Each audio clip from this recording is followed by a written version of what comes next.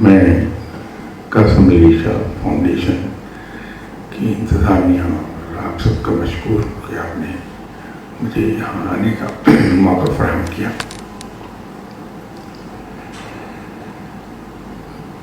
یہاں بہت سے اساتذہ دکھائی دے رہے ہیں اور یہ خاصا دشوار ہوتا ہے کسی کے لیے بھی کہ اساتذہ کی موجودگی میں وہ منہ کھول سکے، اور خاص طور پر اگر انسان میری طرح کم علم ہو اور نہ تو فن خطابت سے اس کا کوئی واسطہ رہا ہو، نہ فن تقریر سے، نہ فن تحریر سے. خواتین حضرات، آج جو موضوع ہے توکل، مومن کے اللہ تعالیٰ پر توکل. بنیادی طور پر یہ لفظ وکیل اور وکالت سے ڈیرائیوڈ ہے. ہم جب کسی مشکل میں ہوتے ہیں اور مشکل ہم سے سلجھتی نہیں ہے، کوئی ایسا نقطہ جس میں ہم پھنس جائیں اور اسے ہم حل نہ کر پا رہے ہوں، تو ہم پھر کسی کو وکیل کرتے ہیں اپنا. اور جب وکیل کسی کو کر رہے ہوتے ہیں تو ہم یہ دیکھتے ہیں کہ وہ صاحب علم ہو، صاحب استدلال ہو، اسٹرانگ ہو اور ٹرسٹورتھی ہو. یہ خوبیاں ہم اس میں دیکھتے ہیں. انسان بنیادی طور پر کمزور ہے، معاف کیجیے گا، اور جہاں کہیں ذرا سے بھی مشکل میں پھنس جائے تو اسے ضرورت محسوس ہوتی ہے کہ کوئی ایسی طاقت اس کی پشت پناہ ہو جس کو وہ یہ سمجھتا ہو کہ وہ سپریم ہے.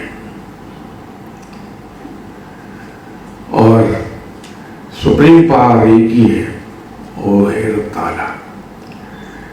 تو انسان جب بھی مشکل میں ہوتا ہے وہ پلٹ کے رب ہی کی طرف جاتا ہے.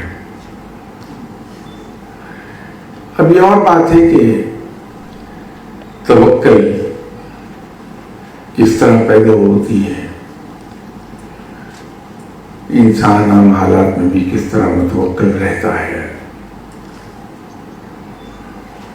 کیونکہ اسلام میں ایک چیز یہ ہے کہ کوئی چیز ہم واٹر ٹائٹ کمپارٹمنٹ میں نہ دیکھ سکتے ہیں نہ ایکسرسائز کر سکتے ہیں. یہ اسی لیے مذہب کے بجائے دین کہلاتا ہے کہ اس میں تمام چیزیں ایک دوسرے کے ساتھ جڑی ہیں. اگر ہم یہ چاہیں کہ ہم باقی چیزوں سے بے پرواہ ہو کر صرف رب تعالیٰ پر توکل کر لیں تو یہ غالباً ہمارے لیے ممکن نہیں ہوگا، کیونکہ توکل کرنے کے لیے ہمیں اور بہت سی چیزوں پر عمل کرنا ہوگا. اسلام میں دوسرے مذاہب کی طرح پنیہ اور پاپ کا کنسیپٹ اس طرح نہیں ہے جیسے دوسرے مذاہب میں سمجھا جاتا ہے. اسے کمپارٹمنٹلائز کر لیا، واٹر ٹائٹ کمپارٹمنٹ میں چیزوں کو ہم دیکھتے ہیں کہ یہ نیکی ہم کر رہے ہیں، اس کا ثواب ہمیں رب سے مل جائے گا، یہ گناہ کر رہے ہیں، اس کی سزا رب سے مل جائے گی. یہ جو پنیہ اور پاپ کا کنسیپٹ ہے وہ اسلام میں اس طرح سے نہیں ہے. عمرے پر جانا بڑا ثواب کا کام ہے، حج میرے لیے فرض ہے، زکوٰۃ مجھ پر فرض ہے. لیکن اگر میں یہ چاہوں کہ رشوت کے پیسے سے میں عمرہ کر لوں اور اس کا مجھے ثواب مل جائے، وہ ممکن نہیں ہوگا اسلام میں. اگر میں یہ چاہوں کہ میں رشوت سے جو میں نے پیسہ جمع کیا، بلیک مارکیٹنگ سے جو پیسہ جمع کیا ہے، یا دھوکہ دہی سے جو پیسہ میں نے جمع کیا ہے، اس میں زکوٰۃ ادا کر دوں اور وہ پاک ہو جائے کمائی میری، وہ ممکن نہیں ہے۔ دوسرے مذاہب میں یہ کنسیپٹ ہے کہ جو نیکی میں نے کی ہے اس کا ثواب کا حساب علیحدہ ہو جائے گا، اور جو گناہ میں نے کیے ہیں اس کا حساب علیحدہ ہو جائے گا۔ یہ توکل، اس کا کنسیپٹ اسلام میں ویسا نہیں ہے جس طرح سے ہم دوسرے مذاہب میں دیکھتے ہیں، یا ہمارے اپنے ذہن میں تصویر ابھرتی ہے کہ توکل کا مطلب یہ ہے کہ انسان اپنے ہاتھ پاؤں توڑ کر بیٹھ جائے اور اس توقع پر بیٹھا رہے کہ میرا رب مجھے پالتا رہے گا۔ ایسا ہوتا ہے، اس سے انکار نہیں کیا۔ دنیا میں بڑے بڑے نیک لوگ گزرے جنہیں ہم عرف عام میں اولیاء اکرام کہتے ہیں، درویش کہتے ہیں، جو یہ سوچ کر بیٹھے رہے کہ اللہ تعالیٰ اگر پتھر میں بند کیڑے کو رزق دیتا ہے تو مجھے کیوں نہیں دے گا، اور رب انہیں پالتا ہے۔ لیکن وہ ایکسیپشنل کیسز ہیں، اور ایکسیپشنز کو ہم کبھی ایز ایگزامپل کوٹ نہیں کر سکتے۔ اس کے لیے ایک علیحدہ ڈائمینشن میں بہت اوپر جا کے بیٹھنا ہوتا ہے۔ لیکن مسلمان کے لیے رب تعالیٰ نے ہر چیز کوشش سے مشروط کر دی۔ قرآن پاک میں اس نے خود فرمایا کہ ہر انسان کو وہی کچھ ملتا ہے جس کے لیے وہ کوشش کرتا ہے۔ یہ مشروط کر دی کوشش سے۔ مسلمان کی توکل یہ ہے کہ وہ جو کچھ اللہ تعالیٰ نے اس کو صلاحیتیں عطا فرمائی ہیں جسمانی اور ذہنی، ان سے بھرپور طریقے سے کام لے، محنت کرے، اور پھر جو کچھ اللہ تعالیٰ کی طرف سے اس کا نتیجہ اسے ملے اس کو قبول کر لے ود اے اسمائلنگ فیس۔ یہ توکل ہے۔ ویسے تو توکل کے 3 درجات ہیں، 3 مقام ہیں۔ ایک تو یہ جو میں نے عرض کیا کہ توکل ہے، ایک اس سے اوپر کا مقام ہے جسے تسلیم کہتے ہیں۔ توکل میں تو انسان کوشش کرتا ہے بھرپور طریقے سے، اور اس کوشش کے نتیجے میں جو حاصل ہوتا ہے اس کو بخوشی قبول کر لیتا ہے۔ لیکن تسلیم کا مقام ایسا ہے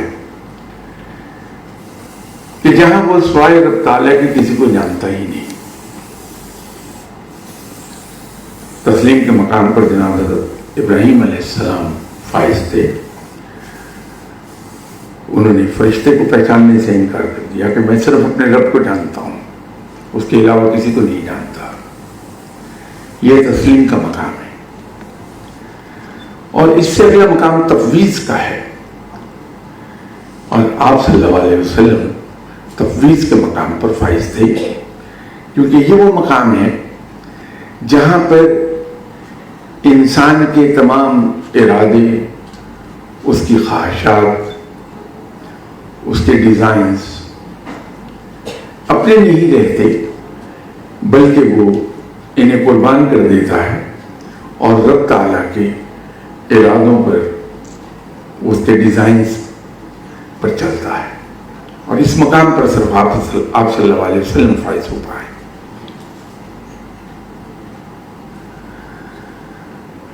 ایک محفل میں یورپ میں مجھ سے ایک نوجوان نے سوال پوچھا جو یو کے جی میں پیدا ہوا تھا۔ اس نے مجھ سے یہ کہا کہ یہ جو توکل ہے اس کا مطلب تو یہ ہے کہ جو رب تعالیٰ ہی دے گا سب کچھ، اور دوسرا یہ ہے کہ ہم یہ کہتے ہیں کہ رب تعالیٰ کے حکم کے بغیر ایک پتہ بھی نہیں ہل سکتا، اور جناب حضرت علی کرم اللہ وجہ نے کہا کہ کوئی شخص مر نہیں سکتا تا وقت کہ اپنے حصے کا آخری ذرہ تک وہ کھانا لے۔ تو پھر یہ سب کیا ہے؟ ہم بیٹھے رہتے ہیں، رازق رب ہے، وہ پالتا ہے تو ہمیں وہ رزق دے گا۔ تو اس کے سوال کا جواب دینا میرے لیے مقابلتاً آسان تھا، اس لیے کہ وہ یو کے میں تھا، وہیں پیدا ہوا تھا، وہیں پڑھا، وہیں بڑا ہو گیا۔ تو اس کی خدمت میں نے عرض کی کہ یہ درست ہے کہ رازق رب ہے اور وہ ہر ایک کو پالتا ہے، ہر ایک کے حصے کا رزق ہے جو اس نے عطا کرنا ہے اسے۔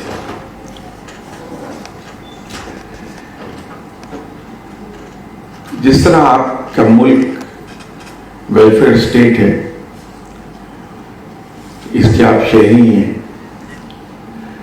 آپ کام نہ کیجیے، بیٹھے رہیے، تو آپ کی گورنمنٹ آپ کو 48 پاؤنڈ پر ویک ان ایمپلائمنٹ الاؤنس دیتی رہے گی، اس میں آپ کی بنیادی ضروریات پوری ہو جائیں گی، بیئرسٹ منیمم۔ آپ کے پاس گھر نہیں ہے، آپ سنگل ہیں، تو آپ کو سنگل بیڈ روم اپارٹمنٹ دے دیں گے، اسٹوڈیو اپارٹمنٹ دے دیں گے، مرتے دم تک کام نہ کیجیے، آپ کو ملتا رہے گا۔ لیکن اگر آپ یہ چاہتے ہیں کہ آپ اس سے بہتر معیار کی زندگی گزاریں، تو اس کے لیے پھر آپ کو کام کرنا ہوگا، اور وہاں قرآن پاک کی وہ آیت لاگو ہو جائے گی کہ ہر انسان کو وہی کچھ ملتا ہے جس کے لیے وہ کوشش کرتا ہے۔ تو آپ کی وسائل اسی نسبت سے ہوں گے جس نسبت سے آپ محنت کر رہے ہوں گے۔ چوائس آپ کی ہے کہ آپ بیئرسٹ منیمم پر زندہ رہنا چاہتی ہیں یا اپنی مرضی کی زندگی گزارنا چاہتے ہیں۔ رب تعالیٰ بیئرسٹ منیمم پر تو زندہ رکھتا ہے، وہ پالتا ہے سب کو، لیکن اگر ہم یہ چاہیں کہ ہم مرضی کی زندگی گزار لیں تو پھر اس کے لیے ہمیں ان صلاحیتوں سے بھرپور کام لینا پڑتا ہے جو رب تعالیٰ نے ہمیں عطا فرمائی ہے۔ اب یہ توکل کیسے پیدا ہو، یہ خاصا بڑا مسئلہ بنتا ہے ہمارا۔ اس کا ایک آسان سا نسخہ ہے کہ توکل یا بھروسہ ہم کسی پر صرف اس صورت میں کرتے ہیں جب ہمارے پاس ایک ہسٹوریکل ایویڈنس موجود ہو کہ میں جب مشکل میں آیا اس شخص نے مجھے یا اس ہستی نے مجھے مدد کی ہے میری اور اس مشکل سے نکال لیا ہے۔ تو جب یہ ہسٹوریکل ایویڈنس ہوتی ہے تو ہم پھر اس چیز کو فار گرانٹیڈ لیتے ہیں کہ میں جب بھی مشکل میں آؤں گا مجھے وہاں سے مدد مل جائے گی۔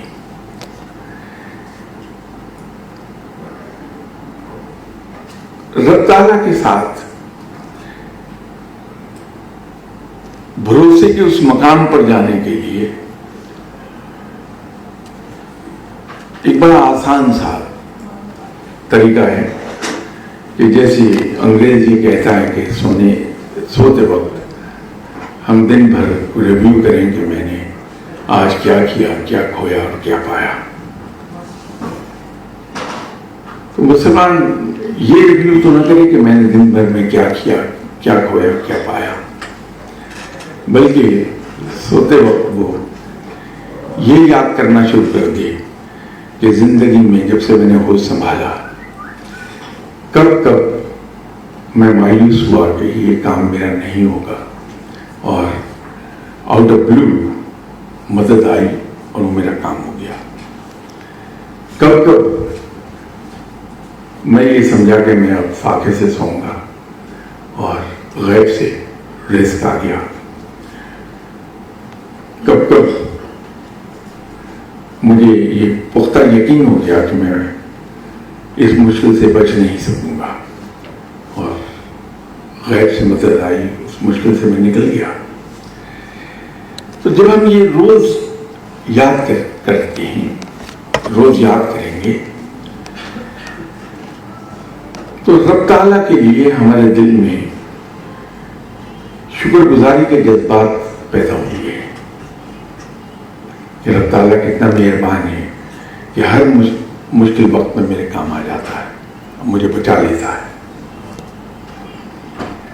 جب یہ جذبہ پیدا ہوگا اور ہمارا یہ پروسیس رب تعالیٰ کی مہربانیوں کو یاد کرنے کا جاری رہے گا، تو یہی شکر گزاری کے جذبات لائکنگ میں ڈیولپ ہو جائیں گے، اور وہ لائکنگ جو ہے وہ آہستہ آہستہ کنورٹ ہو جائے گی انٹو انفیچویشن فار رب۔ اور اگر ہم یہ یاد کرتے رہے تو وہ انفیچویشن رب تعالیٰ کی محبت میں تبدیل ہو جائے گی، اور وہاں سے پھر رب کے ساتھ عشق کا معاملہ آئے گا۔ اور عشق کا مقام ایسا مقام ہے جہاں نہ کوئی حساب ہوتا ہے، نہ کوئی یہ دیکھا جاتا ہے کہ جس سے میں عشق کر رہا ہوں اس کا میرے ساتھ سلوک کیا ہے۔ وہاں وہ صرف اور صرف اس کے خیال میں کھویا رہتا ہے۔ اولیاء کرام جو رب تعالیٰ کے خیال میں ہر وقت کھوئے رہتی ہیں، جبکہ اکثر اولیاء کرام کے پاس نہ کھانے کے لیے پورا کھانا ہوتا ہے پیٹ بھر کے کھا سکیں، نہ پہننے کو پورے کپڑے ہوتے ہیں کہ پورا جسم ڈھانپا جا سکے، اور نہ رہنے کے لیے پوری چھت ہوتی ہے، لیکن اس کے باوجود آپ دیکھیے کہ وہ دنیا کے سب سے زیادہ خوش لوگ ملیں گے آپ کو۔ کسی شخص کو اگر ریئل ہیپینس میں دیکھیں گے تو وہ فقیر ہے، کسی شخص کو واقعی مطمئن دیکھیں گے تو وہ رب ہے، وہ ولی اللہ ہے، رب سے عشق کرے گا۔ وہ اس لیے ہے کہ اس کے دل میں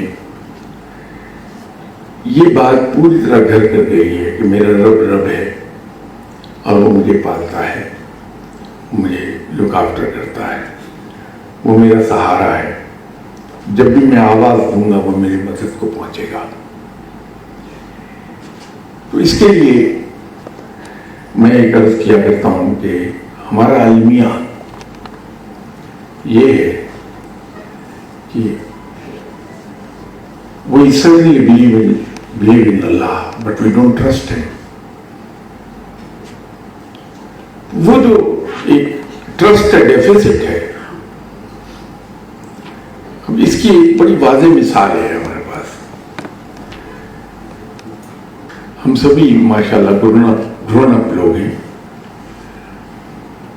ہم میں سے ہر آدمی کوئی ایک زندگی میں ایسا موقع یاد کرے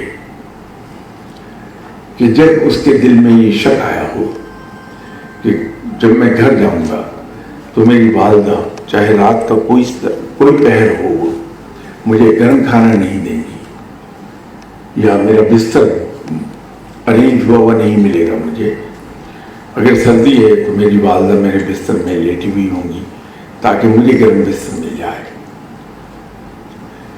کوئی ایسا موقع نہیں آیا کہ ہمیں اپنی والدہ کے بارے میں کہیں یہ شک آیا ہو، نہ کوئی ایسا موقع مجھے اور آپ کو یاد ہوگا کہ ہم اپنے نیبرہڈ میں کہیں گئے ہوں اور جا کے ان سے کہا ہوگا کہ میری والدہ سے سفارش کر دیجیے کہ وہ مجھے کھانا دے دیں. ہم بغیر کہے پورے اعتماد کے ساتھ اپنے گھر جاتے ہیں اس یقین کے ساتھ کہ میری والدہ ہیں, مجھے ہر چیز ریڈی بغیر مانگے مل جائے گی. وہ کیا ہے کہ ہمیں اپنی والدہ پر ٹرسٹ ہے, بھروسہ ہے. رب تعالیٰ جو ہماری والدہ سے 70 گنا زیادہ مہربان ہے, اس کے بارے میں ہم کیوں شک میں رہتے ہیں کہ معلوم نہیں میرا یہ کام ہوگا کہ نہیں ہوگا. میں ہمیشہ شک میں مبتلا رہتا ہوں کہ رب تعالیٰ یہ کام کرے گا یہ نہیں کرے گا, اور اسی لیے مجھے تلاش رہتی ہے لوٹا پھیرنے والوں کی, تعویذ دینے والوں کی, ان لوگوں کی جو میرے لیے دعا کر سکیں. حالانکہ اگر کبھی میں یہ سوچنے بیٹھوں کہ وہ رب تو سب کا ہے,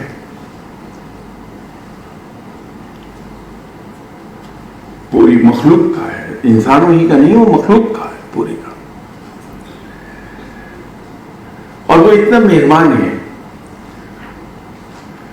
کہ وہ ان کو بھی پالتا ہے, ان کی بھی دعائیں سنتا ہے جو اسے مانتے ہی نہیں.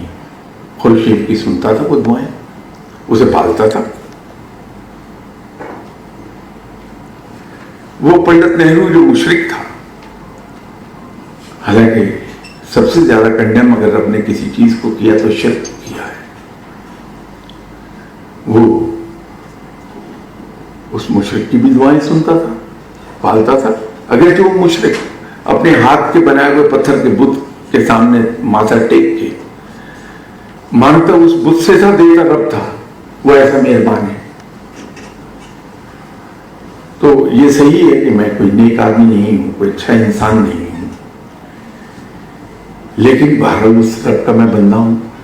تو اگر وہ منکر اور مشرک کی سن سکتا ہے تو میں تو پھر بھی کلمہ گو ہوں, تو میری کیوں نہیں سنے گا. تو بجائے اس کے کہ میں لوگوں کے پیچھے بھاگوں کہ ان سے دعائیں کراؤں, میں خود کیوں نہ اللہ کے حضور سجدے میں گروں اور اس سے کہوں کہ یا باری تعالیٰ تیرے علاوہ میرا کوئی نہیں ہے, کوئی ایسی طاقت نہیں ہے جس کی طرف میں رجوع کر سکوں کہ وہ میری مدد کر دے, یہ صرف تو ہے. یہ سچ ہے کہ میں بڑا گنہگار ہوں, لیکن ہوں تیرا بندہ, اور وہ یقیناً سنے گا میری بات. یہ چیزیں ایسی ہیں ان کو اگر ہم ایکسرسائز کر لیں گے تو توکل پیدا ہو جائے گی ہمارے. جب میں اندر آ رہا تھا تو مجھے کہا گیا تھا کہ میں اپنی گفتگو کو مختصر ترین رکھوں تاکہ سوال کا موقع مل جائے. تو میں اپنی گفتگو کو مزید طول نہیں دوں گا, اور میں حاضر ہوں اگر آپ کے ذہن میں کوئی سوال ہیں. میں کوشش کروں گا کہ میں ان سوالوں کے جواب دے دوں, لیکن ایک چیز ذہن میں رکھیے گا, میں نے پہلے آپ سے عرض کیا تھا کہ نہ تو میں کوئی عالم ہوں اور نہ مجھے یہ دعویٰ ہے کہ میں کسی طور پہ کوئی پڑھا لکھا انسان ہوں. تو اگر میرے جواب میں آپ کو کچی نظر آئے تو براہ کرم معاف کر دیجیے گا.